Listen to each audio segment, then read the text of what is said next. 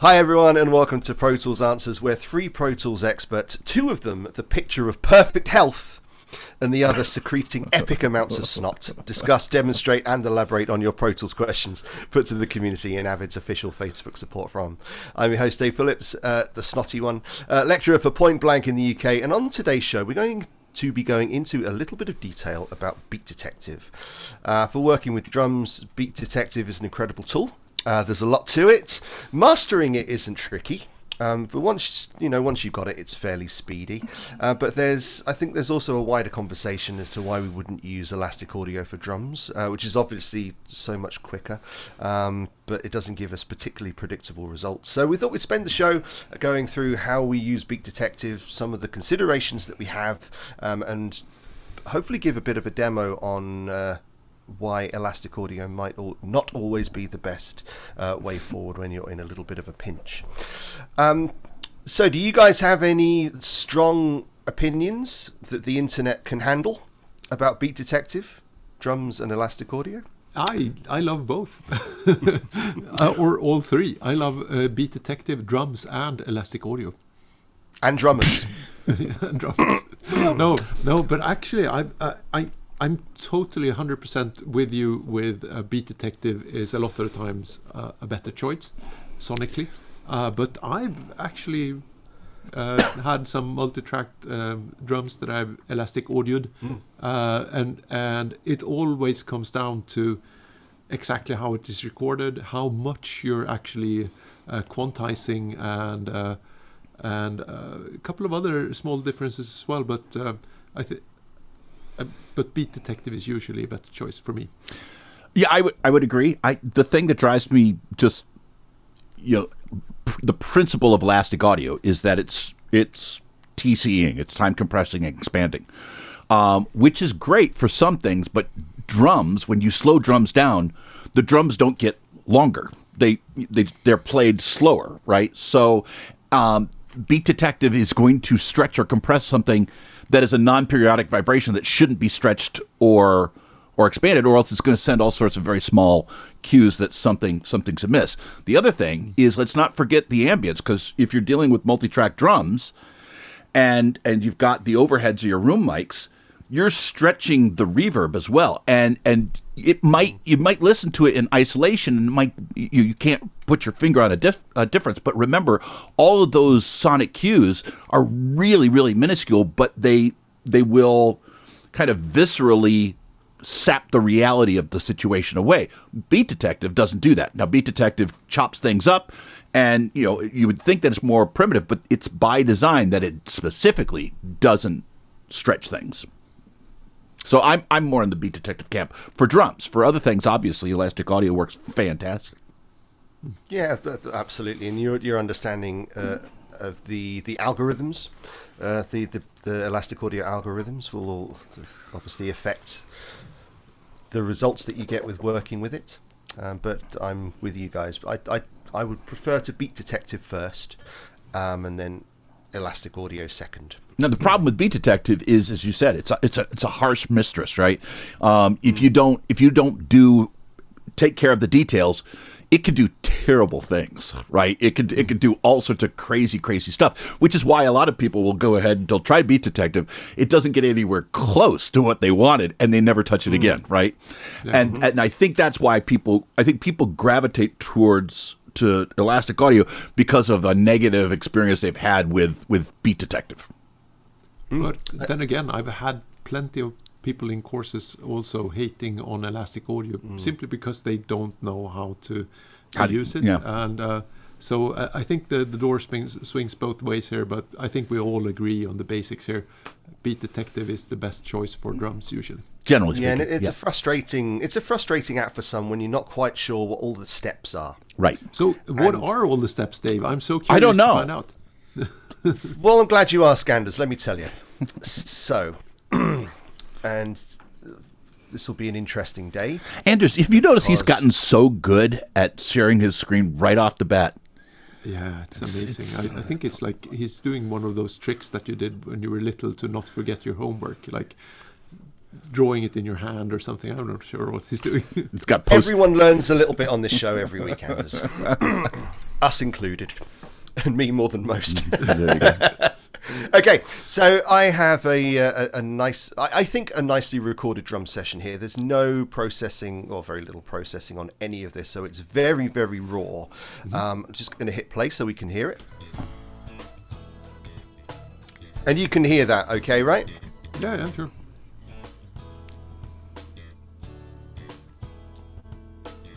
And I like this session because I like teaching elastic audio with this session because there's some complexities to it. There's some semi-quaver notes in there, and it's swung. So there's always a couple of little bit extra bits to talk about with elastic audio. But this was recorded with a metronome, so it's metrically following the tempo and bars and beats ruler in the session, right? Yeah, it is. It was recorded to a click, so most of the work is done for us, and that's where the beat detective can become a little bit tricky. If you haven't recorded to a click, then there's nothing for Pro Tools to really relate to when you try and quantize. So right? in that case, you would need to create a tempo map for Pro Tools to follow first, and I think we did an episode on that. That was one of the first ones we did. It was a very early one. Yeah. Which isn't too hard. You just do identify beat on a freely recorded track, and it computes the tempo. Yeah, exactly. So that's probably thing number one. Beat Detective will work best when you have recorded to a click to a specific MIDI grid within Pro Tools. Okay, so first thing that I would want to do when I'm doing elastic audio, Beat Detective editing, and that will happen a lot today, is I'm going to link all of my drum tracks, because I'm going to be editing every individual track together. I don't want to screw up the phase coherency between any of my multi-tracks, so I want to make sure that any edits that I make to one are going to be copied across all of them. Any movements I make are going to happen across all of these tracks so that I don't screw with the phase coherency in any way, shape or form. And with any luck, we might see a little bit of that happening when we talk about elastic audio a little bit later. So selected all of those tracks. Let me hit Command G, and I'm just going to call those drum elements. Those are all of my individual drum tracks, and it's a mix and edit. In fact, I'll just make it an edit group just to show off a little bit. So now whatever I do to one will happen to all of them. So it should keep my drums together really nicely. So I'm going to work on just 4 bars at a time. Okay. And do you guys work on any longer than 4 bars? Well, sometimes. It depends on the. I usually do one form part, like the verse, if that's possible, if it sounds okay, and like it's a similar thing happening all the time, I'll do that entire part. Yeah. So if that's 4 bars or 8 or 12, depends. Yeah, one of the recommendations, certainly when you're starting off with Beat Detective, is work on small portions of audio at once. Totally. Yeah, I think when you're a little bit more familiar with how it works and what can go wrong, and then how to recover from that, you can work on entire sections and still be fine. You're speaking the truth, Dave. You've used this and you've fallen into every trap possible. So yeah, stick with that. Now, one of the things I think I'm seeing here is at the end of your section here, you've got a fill. Yes. Now, one of the things that happens with drummers, live drummers especially, is it doesn't happen all the time, obviously, but drummers will often push the tempo just a little bit when they play a fill, because for whatever reason, their energy's up, that little push of adrenaline. So if there's ever a place where the tempo is really uncertain, I tend to find that if it's anywhere, it's going to be in the fill. So I'll usually do phrases like Andrew says, and I'll kind of have my eyes open for where there's a fill, and usually that marks the end of my selected area. So you'd work on the bar and you'd finish working on a section up to there, for example? No, and then you'd work on the fill separately? Or you just be aware of it? Hold on. Earthquake. I think. Oh, really? Whoa! It's still going on. Powerful one? Yeah, it's a pretty good one. Is this because of how much Alex drank last night? I beat him. It definitely would be my fault. I think what anyways, Andy means sorry about here, that. Dave, is that he will do up until the next one. Right, So I'll do basically, he'll use tabbed transients to select up until the next one, which is exactly as Andy said, just ahead of bar number 11. That's right. Because the drummer is speeding up slightly before it, so he will select until before that one, right? So up to the fill. Nope. Up through the fill. And I wouldn't... Through the fill and on to the next bar? Nope. Through the fill, up to... To the one at bar 11, which is ahead of bar 11 because the drummer speeds up. Oh, okay. But I'm going to leave that one just as it is, Anders, for the moment, for a specific reason, if that's okay. okay. Mm-hmm. But the drummer that played this, we can see on the grid that it's still relatively close. It is. So Beat Detective, I think, is going to do okay when it comes to the fill here. I'm not too worried. Now, so what you've done here is you've got an exactly 11 bar section based upon the timeline. But if you take a look at the beginnings and the endings of the selected area, you'll see that it's a little late to start and it's a little late to end. And you want it to sound. We don't care about the timeline selection. Not at this point. We just want it to be in the general in the general zone. So what you should do is then go to the beginning of your selection and move that back so it's capturing that first transient. Because if not, it's okay. Okay, let's hold off on that one if that's okay. And if I'm doing anything slightly different to the way that you guys do it, then obviously catch me on that. Okay. Okay. Let me just give myself a little bit more screen real estate here. I think that was our first earthquake during the show, though. Yeah, totally. I mean, I'm excited to live through this through Zoom. I think Andy's just excited to live through it. That was a pretty good shaker. Okay, so with the specific selection selected that I want to work on, I'm going to open up Beat Detective. And first thing that we want to do is we want to select clip separation. I can't tell you the amount of times that I've had conversations with people questioning Beat Detective because they've done all of the work correctly, but they've ended up with bar and beat identifier markers, and I can't get my words out today. And they're trying to quantize audio, but they've ended up generating bar and beat markers. And it's because they've just selected bar and beat marker instead of clip separation. And obviously, clip separation is the one we want to go for, because the point of doing this and quantizing our drums is to slice the clips up at the transient points. And then Pro Tools is going to be quantizing the clips. It's not going to be looking at any transients. It's not going to be looking at any musical information. All that it knows about really at this point is clip boundaries. Right? It's not looking at anything else. So we want to separate the clips. Now, the second, with that selected, I'm going to be clicking on Capture Selection, and we can see that that's put the beginning of my selection and the end of my selection into the selection box, and that's critical, because this is me telling Pro Tools where I want my notes to end up, the range that I want my notes to end up. If I left that at 1 and 11, for example, it would spread, and I hit quantize later on, it would spread the entire selection that I've told Pro Tools I want to quantize between bars 1 and 11. And I think that's one of the other things that Anders may have been, or I think it was Anders talking earlier on about people getting confused and not a Beat Detective messing up their audio because it puts it at odd places. And this is the thing that I tend to find is the culprit, because they're not telling Pro Tools exactly where they want the notes to end up when they hit quantize. Was it Anders or was it Andy? It was somebody whose name begins with an A, for sure. It was both of you equally. Good. And one thing to keep in mind, sorry to jump in. One thing to keep in mind is that in that selection box, it will retain the last numbers from when you last used Beat Detective. So it isn't smart in any way. You have to manually take care of that. And if you don't take care of that, guaranteed you're going to get behavior that you don't want.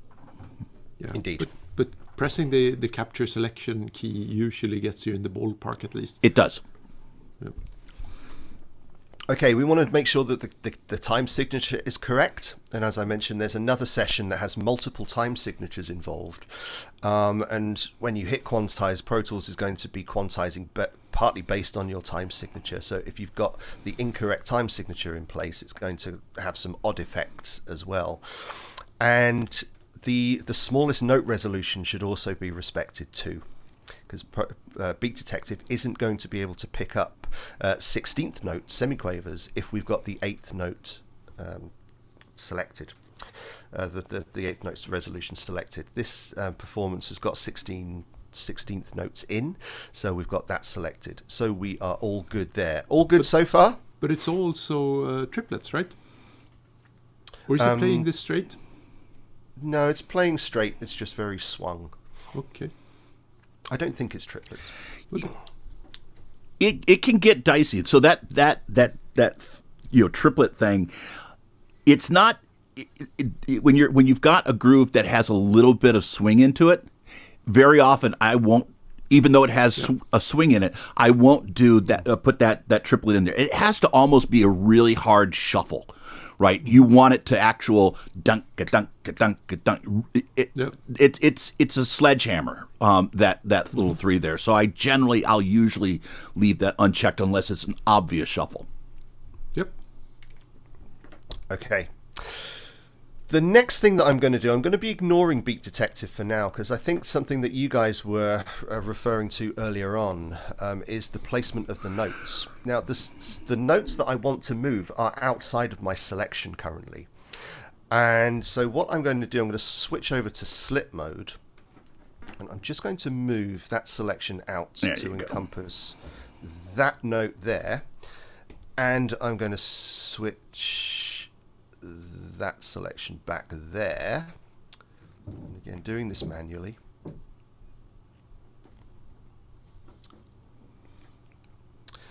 So we've got 2 selections in place now, right? We've got this selection here which tells Beat Detective where the notes are going to land once we've hit quantize, and then the actual timeline selection which encompasses all of the samples that are going to be moved.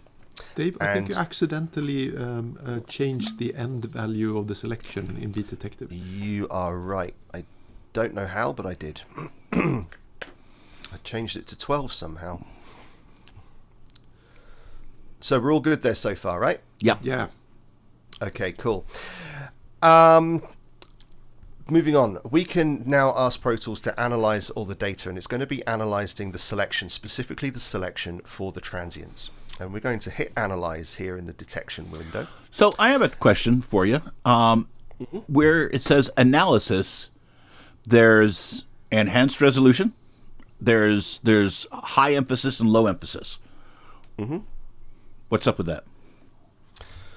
So my understanding of this, enhanced resolution is like a bit of a catch-all. It's looking generally across the audio spectrum. The low emphasis, it's honing in on the lower frequencies, the transients at lower frequencies, and with the high emphasis, it's looking for transients that are slightly higher. Would that be right? That's correct. That's completely right. Now, just to add a little bit into that enhanced resolution came to us at the same time Elastic Audio came in. And the folks at Isotope actually made the algorithms for Elastic Audio, and we are repurposing that same detection algorithm in here for enhanced resolutions. And very often I'll use enhanced resolution unless for some reason if it's not picking up like ghosted kick notes, I'll switch over to low emphasis, or if it's if it's not picking up ghosted hi-hats, I'll go to high emphasis. But usually enhanced resolution does the job. Would it also be fair to say that it's a good idea to have some good strong transients to work with? So if you've recorded at a really low amplitude, Pro Tools is going to have trouble latching onto notes. Yep, absolutely. Yeah. And that doesn't mean just zooming in on the waveforms either. That means actually making a good gain staged recording. Which is probably another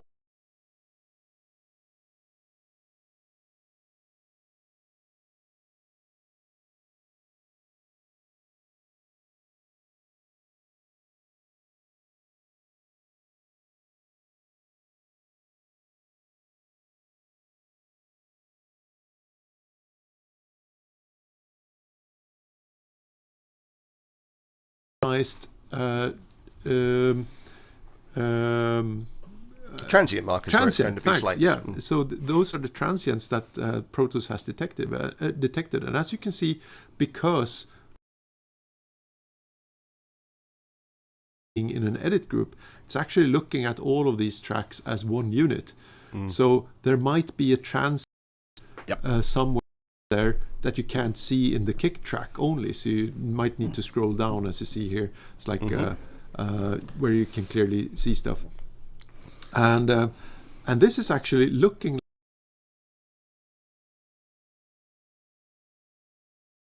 The sensitivity is basically at what amplitude a transient should be detected. So if you're not catching all of your little transients, you may need to increase the sensitivity. And if you're getting too many transients, even from stuff that shouldn't be a transient, you might want to back off the sensitivity a little bit. And this is really a fine resolution thingy. So you usually end up somewhere where we are, like in the 80% region. And you just 1% difference can actually make a whole lot of difference here.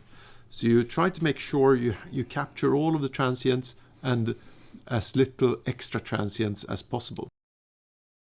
Say that what causes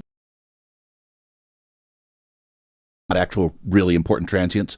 So I usually start from the point where I'll hit analyze, which Dave, since you changed the algorithm, you need to reanalyze it there. There you go.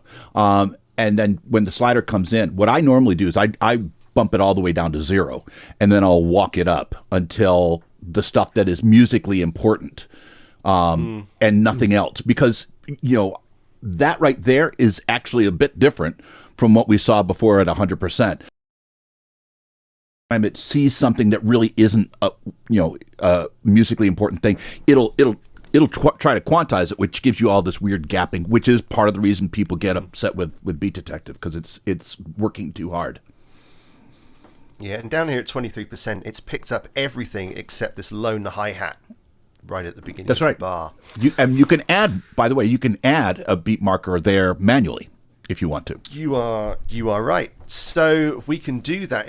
And this is dealing with similar with dealing with false positives as well, which is if you end up having too many selected and reducing the sensitivity takes away too many of the transient markers that you actually want. And Andy's suggestion of adding extra markers in is simply the process of holding the control key down on a Mac. Windows I can't help too much with. I'm sorry. The start key. Okay, I'll get used to it one day, and then manually moving them around to. And if you want to remove a false transient, you hold the Option key or the Alt key on a PC to remove a false beat trigger or transient. Now, one of the things that Dave has done here that can cause a problem, it probably isn't doing it in this particular case, but it can, is he's analyzing both the close mics and the room mics. And what can happen, and like I said, it's probably not happening here, but it definitely can, is that you'll get double triggers. One earlier and on the close mic, and then another one later for the rooms and the overheads. So what I will tend to do is I actually don't group these tracks because I only want to analyze the ones that are important. My go-tos are kick, snare, and hi-hat. And I only analyze those, and then I apply the stuff that you're going to do. I apply that to the whole thing, but I don't analyze all of them because, again, you want to maintain that relationship between the close mics and the rooms and the ambient tracks. Yeah, indeed, and we can talk about that in next week's show. Sure, we go totally with a little bit of extra depth technique. But you're right, and then you just end up analyzing the important tracks and then extending that selection down to encompass everything else. Yep. It's another one of the suggested techniques for working with Beat Detective. It's cool. So I'm just going to bring up my sensitivity a little bit further. I think that hi-hat one is dead because I've manually moved it. Just analyze again. It might bring it back. There we go. There you are. Yeah. So I think we are all in place. I think everything is fine.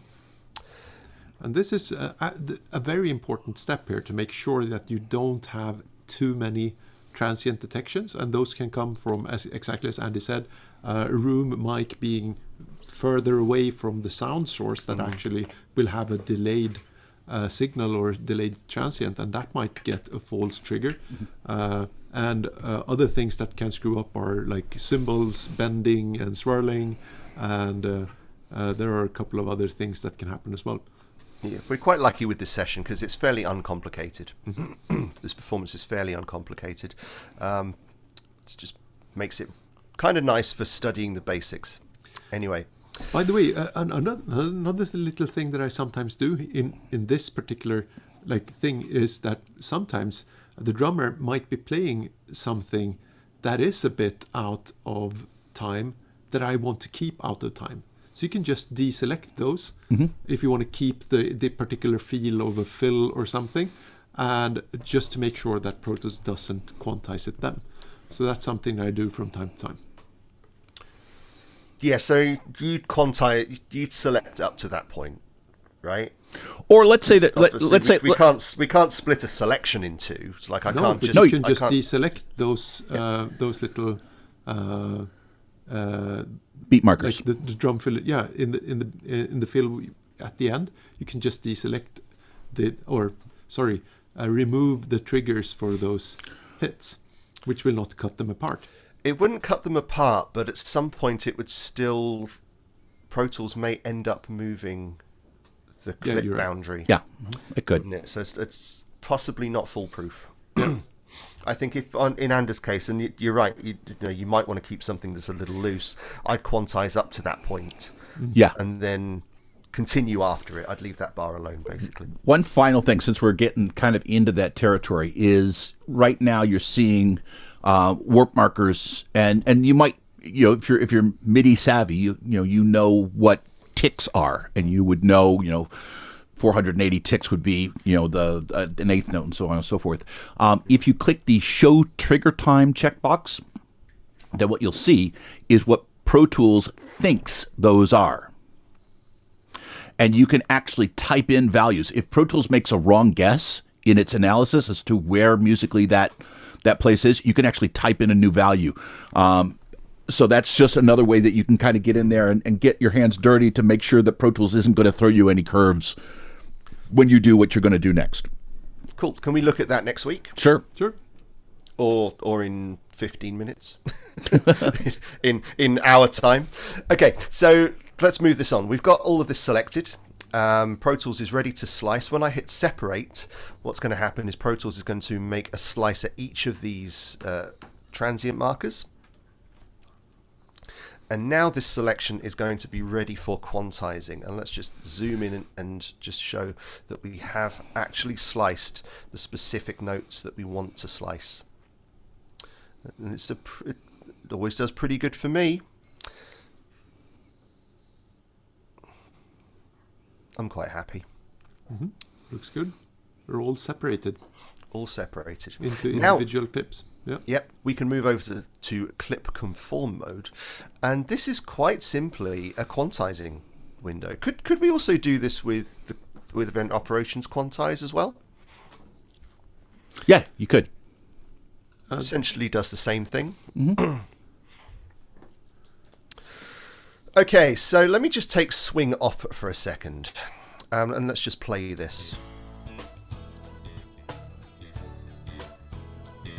Okay, now I want to play it from the beginning of the selection, so let's do that.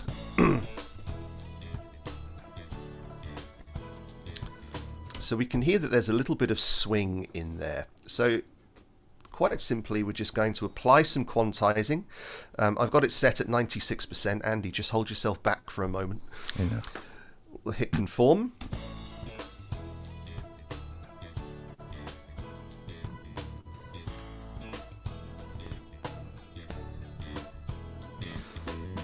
It's certainly a lot tighter, but I think we've lost a little bit of the swing there, haven't we? Let's just solo all of these drum tracks out together.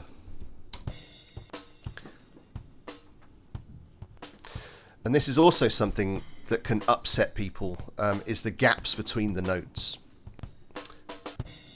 and it makes it sound a little bit choppy, and we can deal with that in a minute. But I want to just...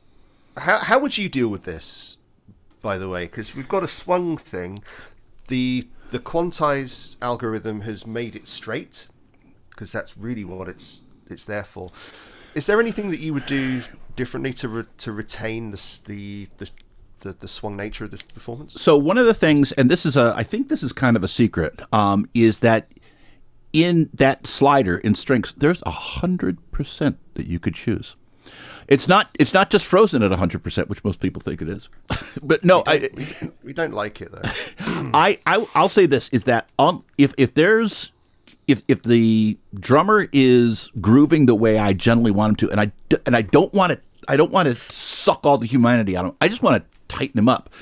I'll be honest, 20%, great. Right? Just a little bit of, you don't want to take away all the humanity from him, but just a little bit of that, and his own version of what swing is retained. Because, adding a swing, slider in there, that's a generic, turning duplets into triplets kind of thing. And swing comes in all kinds of different shapes and sizes. And if the drummer is on the right track, but you just want to clean him up, I'm really gentle with that strength slider. Okay, so let's set to 20. We'll hit conform and see what happens.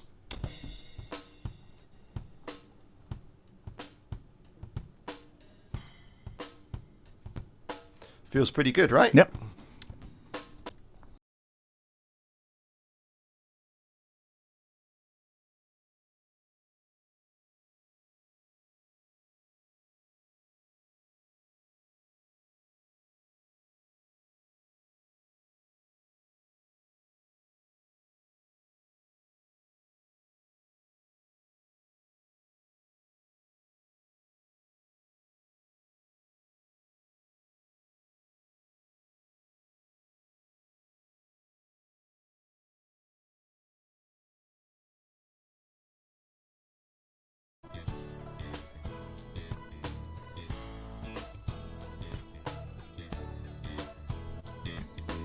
Really like that. That sounds good with the keyboards and bass thing there. Yeah, it sounds quite nice, but Yep. and Andy's was equally as smooth. Yeah, it's two ways of getting to the same place. Okay, so I'm going to go with Andy's suggestion.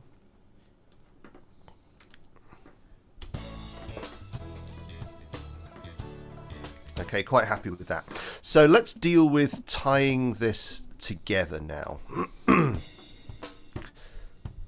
So we can hear a little bit of the choppy stuff where there are gaps between our audio tracks, audio clips.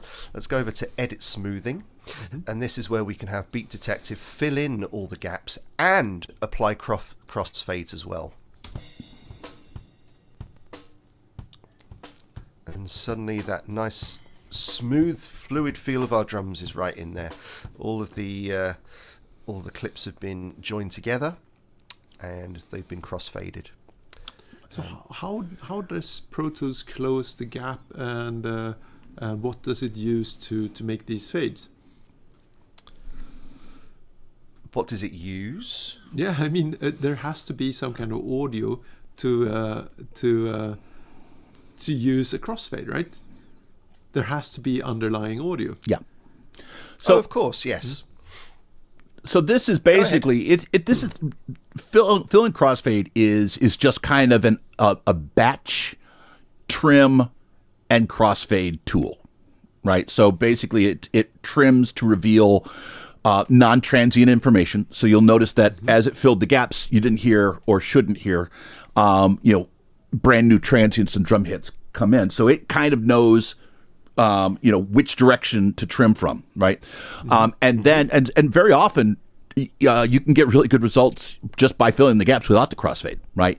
But if you want to be extra safe, which I usually do, putting in a little bit of a crossfade in here is a good idea. And crossfading here is a little bit different than your normal batch crossfade, because this one is a pre-transient crossfade. So if you notice right here, if you take a look at your crossfades, just what you're showing right there, Dave, you'll see that all of those crossfades are finished by the time a transient starts, so it doesn't muff the transients. A lot of times when you do drum editing and you put fade ins and fade outs on drums, all of a sudden you're like, where did the transient go? Because you're crossfading it out, right? And there's ways to get around that. But here, Pro Tools just knows what the job at hand is, because it is beat detective after all. It's only really doing this one job, so it knows which direction to trim from, and it knows where is the best place to put that crossfade if there is one. Great stuff. Yeah, indeed. And if you find yourself wanting to delete all of these crossfades, because Pro Tools or Beat Detective won't work when crossfades exist on a track already, you will need to just make a selection, edit, delete crossfades. Will get rid of all of the crossfades within a selection, so you can carry on beat detectiving. Another thing that will catch people out relatively often is you're working quite happily in beat detective, and suddenly you lose the selection, which annoys people immensely. By the way, notice when you edit, go ahead. Edit and restore last selection will, as long as you don't make any other selections after losing the selection, you can usually reinstate your selection. Yeah. By the way, be careful of doing what Dave just did, because notice when Dave removed those crossfades that on the top, the second track from the top, or even the top track as well, it just revealed a transient. It did. And one of the things that I'll do after I've beat detectived an entire track, I'll just go back and I'll end up just doing this individually. I might do something like that, just to tidy up some things that may cause some issues. Right. It's this can make it nice and quick and simple, but the human also needs to take part in the process, right? Yep, looks we good. Like editing. Okay, cool. Let's leave that there then. Is there anything else that we could talk about with Beat Detective on this level? I think we've gone through everything, right? Yep. Yeah, I think that's a great workflow, and thanks for showing this, Dave. Okay. Well, you're welcome, Anders. Let me just revert back to the beginning completely, and I think that was all right. Don't think I've moved anything around, because what we heard then was everything seemed to be working fine. Now let's look at doing it with elastic audio, because we can stick all of our drum tracks into monophonic elastic audio, not monophonic elastic audio mode. What am I doing? Rhythmic elastic audio mode. This is certainly the one that I would aim for first when working with percussive material. Same for you guys? Oh yeah. Yep. Yeah. Polyphonic may also work. Your mileage may vary, but typically we aim for the rhythmic plugin. Okay, let's just make a small selection of... Actually, no, let's select the whole thing. Similar to what we just did before. And let's just slip out a little bit to encompass those notes, so that we are only quantizing the notes that we want to quantize. Now, with the tracks in an elastic audio mode, we can open up the event operations window, head to quantize, make sure that we are quantizing elastic audio events. And what that means is, if we switch over to warp mode, or analysis mode, actually, we can see all of these transient markers. Event markers. Event markers. I knew someone was going to correct me. And what Pro Tools is actually going to be quantizing is these event markers right here. It's going to be locking these to the, well, hopefully the MIDI grid if we switch this over to TIX mode. Doesn't have to be in TIX. It doesn't have to be, but if I'm locking them to the MIDI grid, it would make sense to have the track related to the MIDI grid, right? Okay. Certainly to my mind anyway. So again, Pro Tools isn't looking at notes, it isn't looking specifically at transients as such, it's looking at these specific event markers here. So if there are any event markers that exist in here that are false positives, Pro Tools is going to be quantizing those as well, and that can be where some of the complexities arise with this. So let's turn off. Are we on quantize? Let's turn off the. What was I on? Was I on 16th? I was on a weird grid. Yeah, so I'm quantizing to 16s. Let's go back to 20% again, as we did before. And let's hit apply. Now we can see those notes have moved around quite nicely.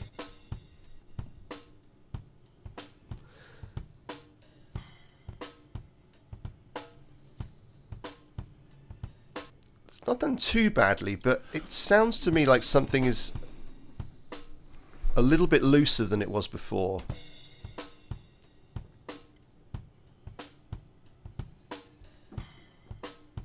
How does that sound to you guys? I mean, the difference is very, very small, but I'm hearing, I do hear a little bit of artifacting in the high frequencies. Just a tiny, tiny bit. And it might be in my mind because I've gone down this road so many times that I know what happened. Is that, you know, whenever you stretch, you're going to get some artifacts or compress. You just will. That's the price of time compression and expansion. And if you don't have to time compress expand, my vote is don't do it.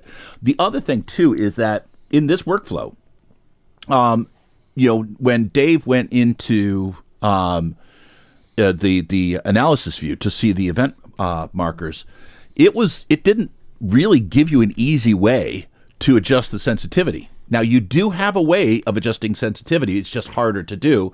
Is that if you right-click on the, you go there for elastic properties, great. Or you can right-click the clip. Elastic properties is going to pop that open, and you can only do it on a clip-by-clip basis. So you're going to have to do. I need to do that, don't I? So, and then you go there to event sensitivity, and that's where you can see now it's changing how things go. But to me, it's just a little bit slower. It's just not really designed for this kind of workflow the way the Beat Detective is.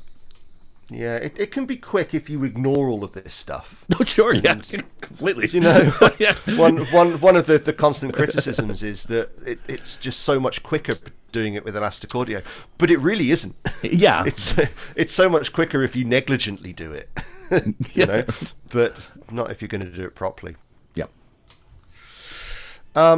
Let's make that selection again because I want to do a slightly stronger stretch. Just get that back into waveform view. Andrew, were you hearing that difference in the high frequencies, or was that all in my head? No, you're 100% right.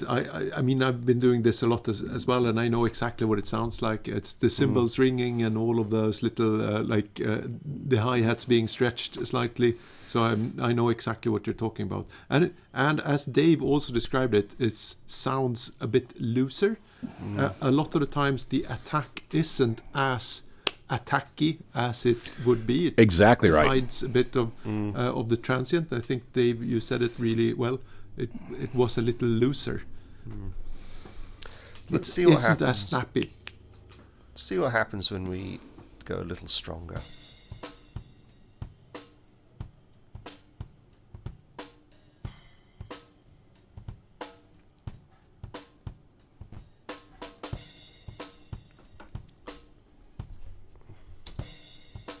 That does sound a little phasey to me, just a tad. Yep. Or is it just the artifacting? It's in the snares for me. Yeah, but also the cymbals, and it sounds weirder in the stereo field, doesn't it? Or that might be just Zoom. Well, Zoom could be playing a part. You're not wrong. The crash cymbal's what's killing me. Yeah.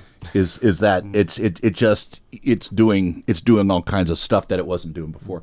Is it the end of the world? Completely not, right? And it might be just fine, you know, if you're under those kinds of deadlines. But just realize what you're giving up.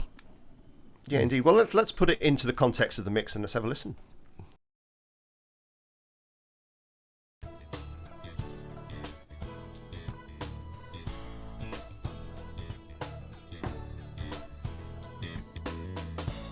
and you're not wrong. You put this under so heavy.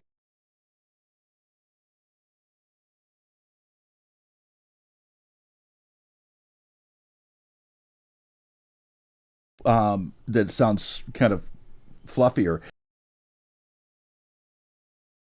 And hours making sure we nail the beginning of that transient, right?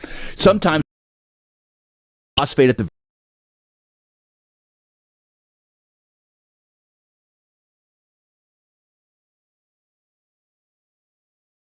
more of a when you stretch a kick, you're intent changing the envelope of that and fluffing out the power of that initial hit, which is something Beat Detective isn't going to do because it's moving things but not stretching it. Yeah, indeed. Okay, I hope that has made Beat Detective a lot clearer. I also hope that it's made the distinction between Elastic Audio and Beat Detective quite clear, and specifically around drums. Obviously your mileage will vary for different instruments and drum loops as well. You don't tend to get the same kind of issues with drum loops, do you, that you get with multi-track drums? You'd have to worry about phase, right, for example. Yeah. Okay, so we'll leave that there. We'll go into a bit more detail on Beat Detective in next week's show. We're going to be talking about collection mode. Yeah. Andy? Yes, Yeah. let's do it. Yeah, you can tell Andy's excited, so stick around for that one. All leaves me to say is, if you haven't yet done so, you please subscribe to the channel. If you like the video, hit like, hit the bell icon as well. You get notified every time we release new content. Check out all of the other stuff that we've got available for you as well. The channel is entirely dedicated to making sure that people can truly understand Pro Tools and what is happening with Pro Tools, and so that you have a good experience with the app. Just get the app out of the way and just have a great time creating music with it. And you can also head over to protoolsanswers.com. You can subscribe over there. Andy will write you some eloquently, beautifully written emails every week. You can also subscribe to the Pro Tools Answers Inner Circle over there as well. You can learn more about that at protoolsanswers.com. And we will see you in the next one. Thank you very much to Andy. You bet. And thank you to Anders. Thank you. My name's Dave. This is Pro Tools Answers. We're out.